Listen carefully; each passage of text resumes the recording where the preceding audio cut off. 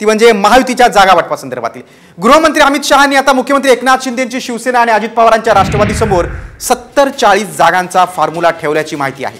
शिंदे सेनेला 70 तर अजित पवारांच्या पदरी केवळ 40 जागा मिळणार असल्याचं बोललं जात आहे, तर भाजप मात्र 160 जागांवर लढण्याच्या भूमिकेवर ठाम असल्याची माहिती आहे।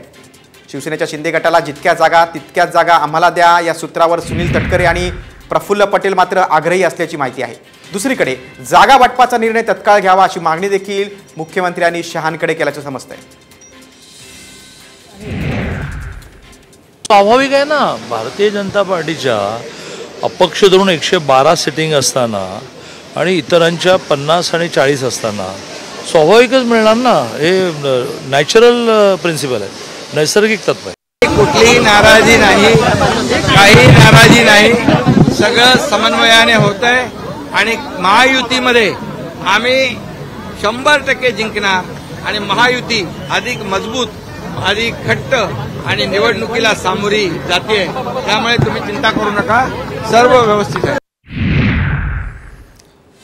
महायुतीत भाजप पक्षश्रेष्ठींकडून मुख्यमंत्री एकनाथ शिंदेंना झुकतं माप मिळत असल्याचं चित्र आहे। यावरून भाजपमध्ये खतखत असल्याचं बोललं जाते।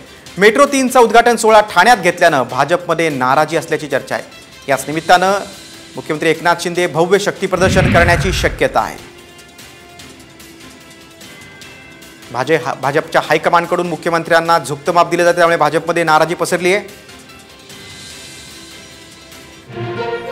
मेट्रो 3च्या उद्घाटनाचा कार्यक्रम हा ठाण्यात आहे, बघा त्याचं हे मुख्य कारण नाराजीचं।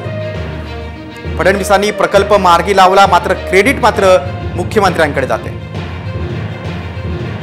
महामंडळावर शिंदेंच्याच शिलेदारांची संधी आहे, कारण शिंदे गटाचे आमदारांना संधी मिळाली। एसटी महामंडळ असेल किंवा सिडको महामंडळ असेल, ठाण्यात भाजपला हव्या असलेल्या जागांवर देखील शिंदेंचाच दावा आहे। भाजपच्या पदाधिकाऱ्यांना केवळ त्याग आणि कामाचे धडे आणि त्यामुळेच भाजपच्या कार्यकर्त्यांमध्ये नाराजी आहे।